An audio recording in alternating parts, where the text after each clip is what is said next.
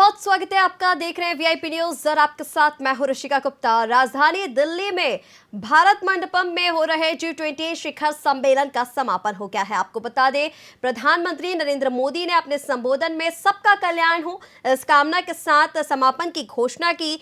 G20 शिखर सम्मेलन का आज तीसरा सेशन था, दूसरा दिन, अंतिम दिन आज G20 सम्मेलन का, और तीसरे सेशन में वन फ्यूचर के मुद्दे पर चर्चा हुई।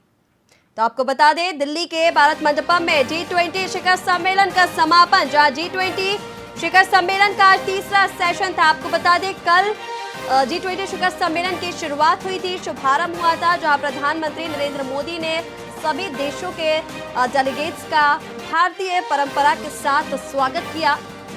और जिसके बाद आज दूसरे दिन तीसरे सेशन पर चर्चा हुई। तीसरा सेशन जिसमें वन फ्यूचर के मुद्दे पर चर्चा हुई, जिसके बाद 12:30 बजे करीब प्रधानमंत्री नरेंद्र मोदी ने अपने संबोधन में सबका कल्याण हो इस कामना के साथ इस सम्मेलन का समापन किया।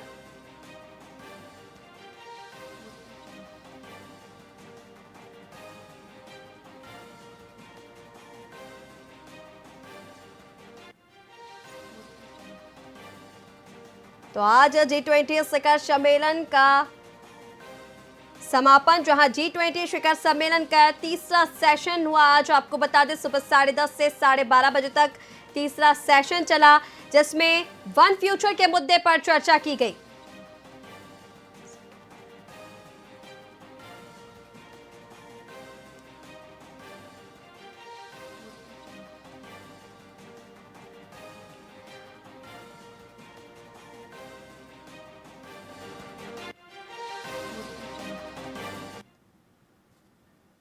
और वहीं भारत में G20 के राजघाट से दुनिया को शांति का संदेश दिया गया। आपको बता दें, G20 शिखर सम्मेलन का आज समापन हुआ, जिसमें भारत में G20 राजघाट से दुनिया को शांति का संदेश दिया गया। राष्ट्रीय अध्यक्षों ने दी महात्मा गांधी को श्रद्धांजलि। सरकार के प्रमुखों और अंतर्राष्ट्रीय संगठनों के प्रमुखों ने महात्मा गांधी को श्रद्धांजलि दी, दिल्ली के राजघाट पर पुष्पांजलि अर्पित की। G20 के नेताओं ने महात्मा गांधी को याद किया। G20 के नेताओं ने बापू को श्रद्धांजलि दी। पीएम नरेंद्र मोदी ने मेहमानों का स्वागत किया और इसी के साथ बापू की समाधि पर G20 के नेता एक साथ पहुंचे।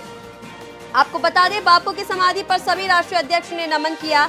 G20 सम्मेलन का आज दूसरा और आखिरी दिन, जहां राष्ट्रपति जो बाइडेन भी राजघाट पर मौजूद रहे, ब्रिटेन के प्रधानमंत्री ऋषि सुनक भी मौजूद रहे, मॉरिशस के प्रधानमंत्री प्रविंद कुमार जुगनाथ भी पहुंचे राजघाट पर, सिंगापुर नीदरलैंड के पीएम भी मौजूद रहे और इसी के साथ राजघाट पर बांग्लादेश के पीएम शेख हसीना भी मौजूद रही। ऑस्ट्रेलिया के प्रधानमंत्री एंथनी अल्बनीज भी मौजूद रहे।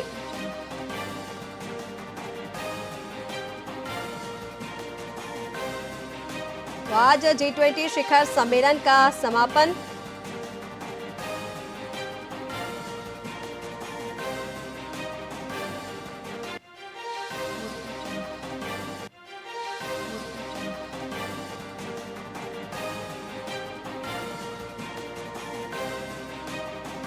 और ज्यादा बातचीत के लिए हमारे साथ राजनीतिक विश्लेषक खिलावन चंद्रकार भी जुड़ चुके हैं।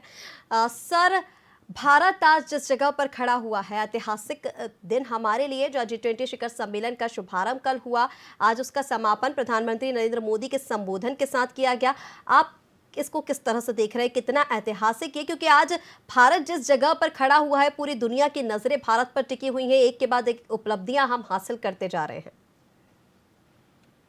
देखिए, इसका आज जिस तरह से राजघाट पर मजमा जमा पूरे G20 के राष्ट्राध्यक्षों का जी, और पूरे विश्व को शांति का संदेश दिया गया, जो बापू का संदेश है उसको पूरे विश्व को दिया गया जी। इससे एक बात तो स्पष्ट है कि भारत की प्रभुसत्ता को, भारत की स्थिति को, भारत की उपस्थिति को पूरे G20 के देश जो है स्वीकार करते हैं जी, और इससे एक बड़ा संदेश पूरे विश्व में गया हुआ है। दूसरी बात, कल की बात करूं मैं, तो कल जो घोषणा पत्र पर सहमति बनी, जो 85 बिंदुओं पर 83 बिंदुओं पर जो है घोषणा पत्र तैयार की गई थी भारत की, उसको पूरी तरह से सहमति बना करके उसको स्वीकार किया गया एक ये बड़ी उपलब्धि है भारत के लिए। और हम जहाँ खड़े हैं वहां से पूरे दुनिया को संदेश दे सकते हैं, ये बात सामने आई। जी। जी जो सबसे बिल्कुल। बड़ी समस्या है, जी कुछ बोल रही थी आप जी बिल्कुल सर, और जिस इसका। तरह से आपने बताया कि कल पहले ही दिन भारत को बड़ी उपलब्धि हासिल हुई, जहां दिल्ली के घोषणा पत्र पर सहमति सभी की बनी, बायोफ्यूल को लॉन्च किया गया, और जिसके बाद आज तीसरा सेशन हुआ जिसमें भी वन फ्यूचर के मुद्दे पर चर्चा की गई। हम इसको कितना ऐतिहासिक मानेंगे सर, क्योंकि भारत का जो प्रयास था वो ये था कि सभी विकासशील जो देश है वो एक मंच पर आकर अपनी बातें साझा करें। देखिए, जितने विकासशील देश है, भारत के जी20 सम्मेलन में आकर के, भारत में आकर के जिस तरह से अपनी बात रखी और जिस तरह से भारत की बातों की स्वीकार्यता सिद्ध हुई, उससे स्पष्ट है कि जी। भारत भारत जो बहुत जल्दी ही जो है 5वें नंबर का विकासशील देश है, विकसित देश है। अब इसकी अर्थव्यवस्था तीसरे नंबर पर पहुंचने वाली है। तो इस बात को पूरे विश्व बहुत गहरी नजरों से देख रहे हैं और भारत की बातों को जी। स्वीकार करने की स्थिति में है। संभवतः यही कारण है कि अफ्रीकी यूनियन को जिस तरह से आमंत्रित किया भारत ने और अफ्रीकी यूनियन को स्थायी समिति के सदस्य बनाया गया, तो कुल मिला के सभी सभी देशों ने, जो जी। जी20 के सभी देश हैं, साथ ही आमंत्रित आमंत्रित देश हैं या विश्व संगठन है जिस जो आमंत्रित किए गए हैं उसके प्रतिनिधि हैं, इन सब ने स्वीकार किया और दक्षिण अफ्रीकी यूनियन को जी20 में शामिल करने का काम किया।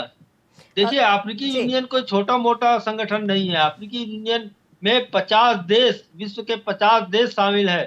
तो एक बड़ी उपलब्धि इसको कहा जा सकता है कि प्रधानमंत्री मोदी के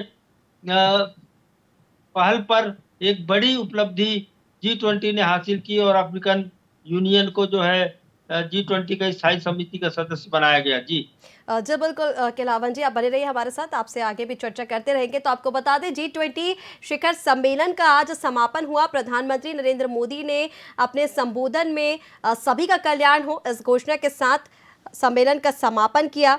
और इस दौरान महात्मा गांधी को भी श्रद्धांजलि सभी मेहमानों ने दी। आपको बता दें, सभी राष्ट्रीय अध्यक्षों ने महात्मा गांधी को श्रद्धांजलि दी। सरकार के प्रमुखों और अंतर्राष्ट्रीय संगठनों के प्रमुखों ने महात्मा गांधी को श्रद्धांजलि दी।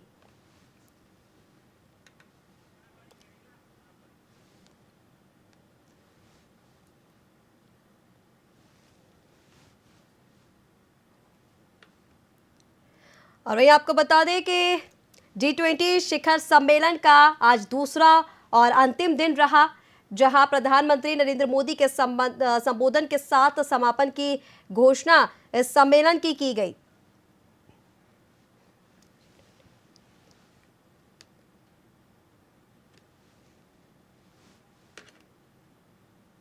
और वही जी20 शिखर सम्मेलन का आज दूसरा दिन, और ब्रिटेन के प्रधानमंत्री ऋषि सुनक ने भारत में पूजा अर्चना की। आपको बता दें, यूनाइटेड किंगडम के प्रधानमंत्री ऋषि सुनक ने आज पूजा की। दिल्ली के अक्षरधाम मंदिर में पूजा अर्चना की। प्रधानमंत्री ऋषि सुनक ने पत्नी अक्षता मूर्ति के साथ पूजा अर्चना की। तो जी20 शिखर सम्मेलन का आज दूसरा और अंतिम दिन, और सभी के साथ प्रधानमंत्री नरेंद्र मोदी की आज तीसरे सेशन पे द्विपक्षीय वार्ता हुई, जिसमें वन फ्यूचर के मुद्दे को लेकर चर्चा की गई, जिसके बाद प्रधानमंत्री नरेंद्र मोदी के संबोधन के साथ इसका समापन किया गया। जिसके बाद आपको बता दें, भारत में जी20 प्रधानमंत्री ऋषि सुनक ने पूजा अर्चना की। यूनाइटेड किंगडम के प्रधानमंत्री ऋषि सुनक ने पत्नी अक्षता मूर्ति के साथ पूजा अर्चना की। तो ये तस्वीरें आपको दिखा रहे हैं, जहां प्रधानमंत्री ऋषि सुनक पत्नी अक्षता मूर्ति के साथ मंदिर पहुंचे, जहां उन्होंने पूजा अर्चना की। और इसके साथ अगली तस्वीरें आपको दिखा दें, जहां अमेरिका के राष्ट्रपति जो बाइडेन दिल्ली से रवाना हुए।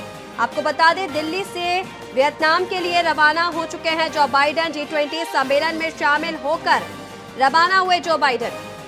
तो जी20 शिखर सम्मेलन का आज दूसरा और अंतिम दिन रहा, जहां तीसरे सेशन में वन फ्यूचर के मुद्दे पर चर्चा की। कल ही पहले ही दिन इस सम्मेलन में भारत को बड़ी उपलब्धि, जहां दिल्ली घोषणा पत्र पर सहमति सभी की बनी और इसी के साथ ग्लोबल बायोफ्यूल अलायंस भी लॉन्च किया गया। आपको बता दें तो तस्वीरें आपको एयरपोर्ट से दिखा रहे हैं, जहां पर अमेरिका के राष्ट्रपति जो बाइडेन दिल्ली से रवाना हुए। दिल्ली से वियतनाम के लिए रवाना जो बाइडेन हुए।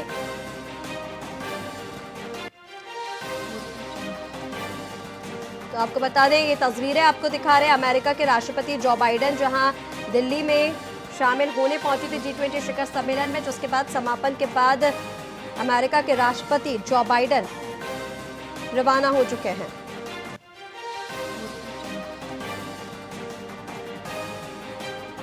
और हमारे साथ राजनीतिक विश्लेषज्ञ खिलावन चंद्राकर जी लगातार बने हुए हैं। सर, हमने देखा भारत मंडपम ने किस तरीके से ऑर्गेनाइज किया गया था, सभी डेलीगेट्स वहां पर पहुंचे और भारतीय संस्कृति जो वहां पर देखने को मिली, मतलब इतना भव्य G20 शिखर सम्मेलन भारत में पहली बार देखने को मिला और भारतीय संस्कृति जो वहां पर देखने को मिली, जिस स्मूथनेस से सर वहां पर ऑर्गेनाइज किया गया था, आउटकम हम इसका किस तरह से देखें? आउटकम भी आपको लगता है उतना ही स्मूथ रहेगा? देखिए ऋषिका, सबसे महत्वपूर्ण बात यही है कि G20 की 19 बैठकें अभी तक हो चुकी हैं। ये 19वां बैठक थी, 19वां बैठक थी, 18 बैठकें पहले हो चुकी थी जी। और भारत में जिस भव्यता से और जिस सम्मान के साथ पूरे जिसने विदेशी डेलीगेट्स थे, जितने सदस्य देश के डेलीगेट्स थे या राष्ट्राध्यक्ष थे, उनको जो सम्मान भारत में मिला, नई दिल्ली में मंडपम में मिला, वो सम्मान कहीं नहीं देखने को मिला जी। संभवतः यही कारण है कि जो नई दिल्ली घोषणा पत्र पर सारे लोगों ने सहमति अपनी दी जी। और 83 बिंदुओं पर अपनी सहमति दी। साथ ही आज जिस तरह से समापन में जिस तरह से सबका कल्याण हो का नारा जो है मोदी ने दिया, उससे स्पष्ट है कि सारे देशों इससे सहमति है, सबका कल्याण चाहते हैं। आपस में लड़ाई झगड़ा, आपस में विद्वेष की भावना से ऊपर उठकर सबके कल्याण की भावना जागृत हो रही है।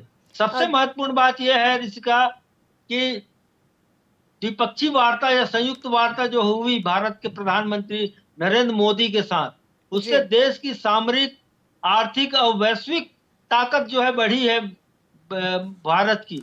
और ये भारत के लिए बहुत अच्छी बात है, जिस तरह से विकसित देशों की श्रेणी में खड़ा हो रहा है भारत, तो उसके लिए मील का पत्थर साबित होने वाला तथ्य है ये। और आने वाले दिनों में जिस तरह से हम देख रहे थे, कल पहला दिन था, प्रधानमंत्री नरेंद्र मोदी खुद सभी के स्वागत में खड़े हुए थे और जिस तरह से हम कहते हैं कि अतिथि देवो भव, मतलब भारत में मेहमानों को भगवान के रूप में देखा जाता है। प्रधानमंत्री नरेंद्र मोदी ने सभी का स्वागत खुद किया, सबसे हाथ मिलाया, गले लगकर उनका स्वागत किया। और जिस तरह से हम देख रहे हैं प्रधानमंत्री नरेंद्र मोदी भारत को विश्व गुरु बनाने के लिए लगातार लगे हुए हैं, वो अब सच होता दिखाई दे रहा है। देखिए, निश्चित रूप से जो स्वागत किया गया कल शुरुआत में जो स्वागत हुआ राष्ट्राध्यक्षों का, अभूतपूर्व स्वागत है वो। जिस तरह से कोणार्क मंदिर का प्रतिकृति स्थापित की गई थी मंडपम में, और कोणार्क मंदिर के जो सूर्य चक्र है उसको स्थापित किया गया था, और वहीं जिस तरह से स्वागत प्रधानमंत्री नरेंद्र मोदी ने सारे राष्ट्राध्यक्षों की वो अभूतपूर्व स्वागत था और सारे अभिभूत हुए होंगे निश्चित रूप से। बिल्कुल, और ये दिखा रहा था कोणार्क मंदिर का जो चक्र पीछे लगाया गया था और जिस गर्मजोशी के साथ प्रधानमंत्री स्वागत कर रहे थे कि अब जो गति से भारत चल रहा था उससे गति तेज हो गई और विश्व गुरु बनने की कगार पर पहुंच चुका है भारत। निश्चित रूप से विश्व गुरु बनने के कगार पे भारत पहुंचने वाला है, और जिस तरह से द्विपक्षीय वार्ता और संयुक्त वार्ता में जिस तरह से बातें हुई होंगी, उससे निश्चित रूप से भारत को बहुत ज्यादा लाभ आने वाले दिनों में होने वाला है और विश्व में उसको स्थापित करने में, अपने आप को स्थापित करने में बहुत मदद मिलेगी।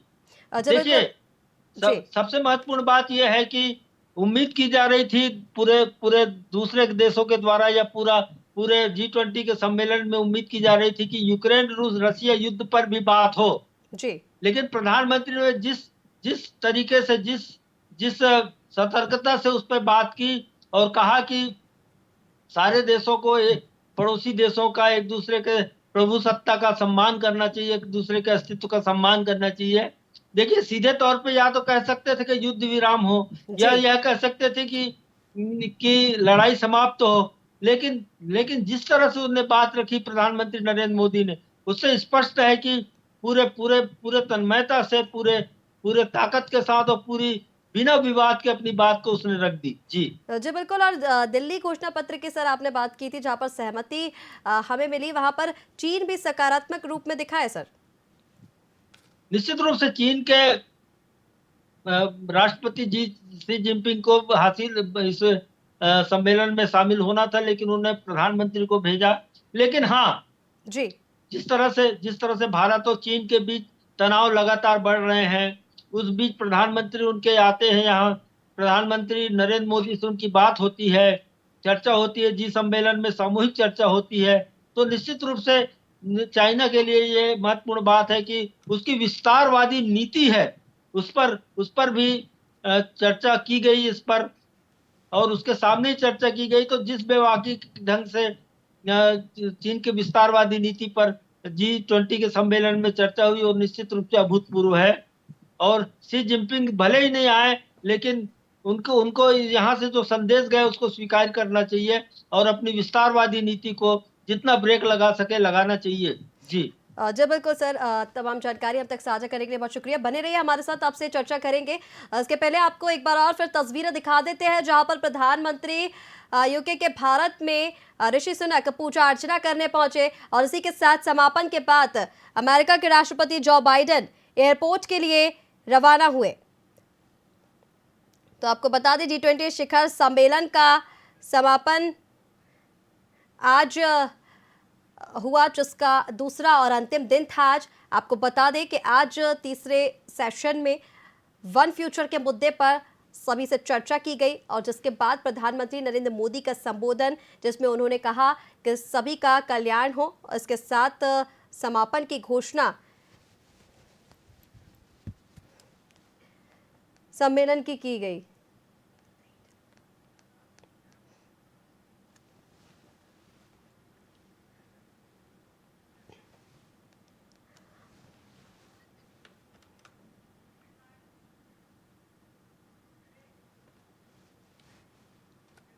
और वहीं इसी के साथ समापन आज हुआ, जिसके बाद भारत ने G20 की अगली कमान ब्राजील को सौंपी है। आपको बता दें, ब्राजील के राष्ट्रपति लुइज इनासियो लूला दा सिल्वा को G20 की अध्यक्षता सौंपी गई है।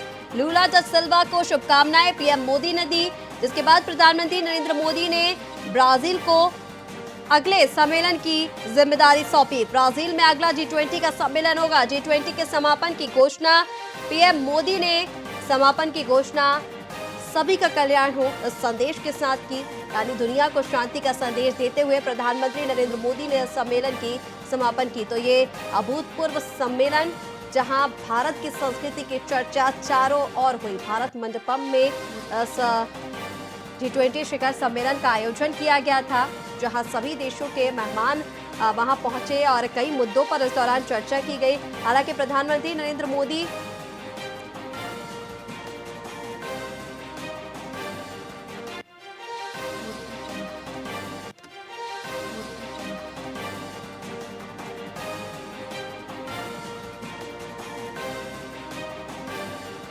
तो भारत मंडपम में G20 शिखर सम्मेलन का शुभारंभ कल हुआ, जहां पहले दिन 2 सेशन पर चर्चा हुई। तो उसके बाद तीसरे सेशन में आज वन फ्यूचर के मुद्दे पर चर्चा हुई। और आपको बता दें, कल जिस तरह से प्रधानमंत्री नरेंद्र मोदी गर्मजोशी के साथ सभी मेहमानों का स्वागत करते दिख रहे थे, वहां ये संदेश सभी में जा रहा था कि जो भारत की संस्कृति है, जो भारत की परंपरा है, उसकी चर्चा पूरी दुनिया में हो रही है। और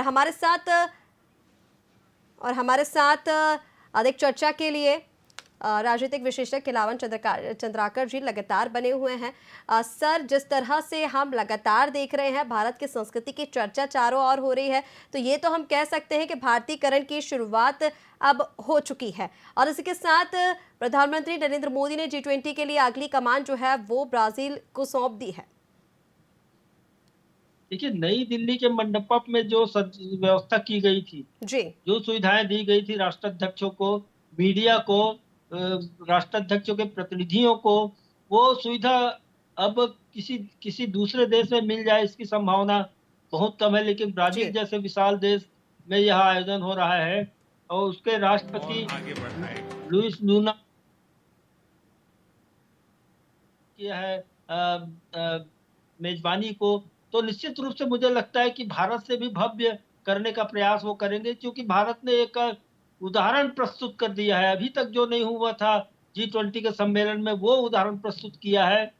और मुझे लगता है कि जिस तरह से जो बातें जो बातें जो जो जो घोषणा पत्र में स्वीकार की गई है, जी। वो सब बातें मुझे लगता है कि विश्व कल्याण की दिशा में एक बहुत मील का पत्थर साबित होने वाली है।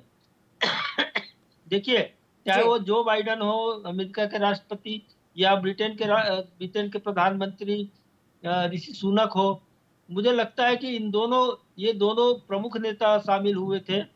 हालाँकि पूरे G20 के पूरे 20 देशों के 21 देशों के अफ्रीकन यूनियन समेत 21 देशों के जी। राष्ट्राध्यक्ष आमंत्रित थे, और साथ ही 9 राष्ट्राध्यक्षों को और आमंत्रित किया गया था, और यूनियन के जो विश्व यूनियन है, विश्व संगठन है, उसके भी प्रतिनिधियों को शामिल किया गया था। लेकिन ऋषि सुनक और जो बाइडेन से जिस तरह से चर्चा हुई है प्रधानमंत्री की, तो ये दोनों महत्वपूर्ण चर्चा जो है, भारत के लिए बहुत सामरिक दृष्टि से, आर्थिक दृष्टि से, वैश्विक दृष्टि से बहुत महत्वपूर्ण मानी जा रही है, और आने वाले दिनों में इसका प्रभाव दिखेगा निश्चित रूप से ऋषिका। और जी। हम उम्मीद कर सकते हैं कि पूरा विश्व जो है, या 125 देशों की बात तो हो गई थी, G20 में 125 जी। देशों का समर्थन तो मिल चुका था, लेकिन मुझे लगता है पूरा विश्व जो है इसमें शामिल होकर के, जिस तरह से भारत के, विशाल भारत के, या विकसित भारत के, या विकासशील भारत के अधोसंरचना को ठीक-ठाक करने में, बेहतर करने में मदद करेंगे, ये महत्वपूर्ण बात है। जी, ऋषिका। जी बिल्कुल सर, हमारे साथ जुड़ने के लिए, तमाम जानकारी हम तक पहुंचाने के लिए आपका बहुत शुक्रिया। तो आपको बता दें, G20 शिखर सम्मेलन का आज समापन प्रधानमंत्री नरेंद्र मोदी के संबोधन के साथ हुआ।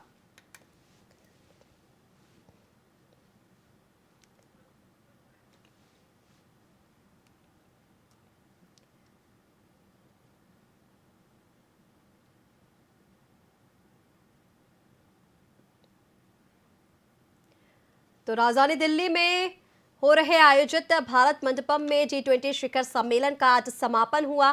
आपको बता दें, आज दूसरा और अंतिम दिन इस सम्मेलन का था, जहां तीसरे सेशन में वन फ्यूचर के मुद्दे को लेकर चर्चा हुई। 10:30 से 12:30 ये सेशन चला, जिसके बाद प्रधानमंत्री नरेंद्र मोदी का संबोधन हुआ, जिसमें उन्होंने सभी का कल्याण हो इस संदेश के साथ समापन की घोषणा की। और इसी के साथ प्रधानमंत्री नरेंद्र मोदी ने अगली कमान ब्राजील को सौंपी है। तो इसी के साथ जो कार्यक्रम वहां पर आयोजित किया गया, जिस भव्यता के साथ उस कार्यक्रम का आयोजन किया गया, वहां भारतीय संस्कृति की जो चर्चा है वो चारों ओर देखने को मिल रही है। और कहीं ना कहीं पीएम जो कहते आए हैं, विश्व गुरु बनने का दावा जो हमेशा वो करते आए हैं, वो कहीं ना कहीं अब सच होता दिखाई दे रहा है। फिलहाल के लिए इतना ही। आप बने रहे VIP न्यूज़ के साथ। नमस्कार।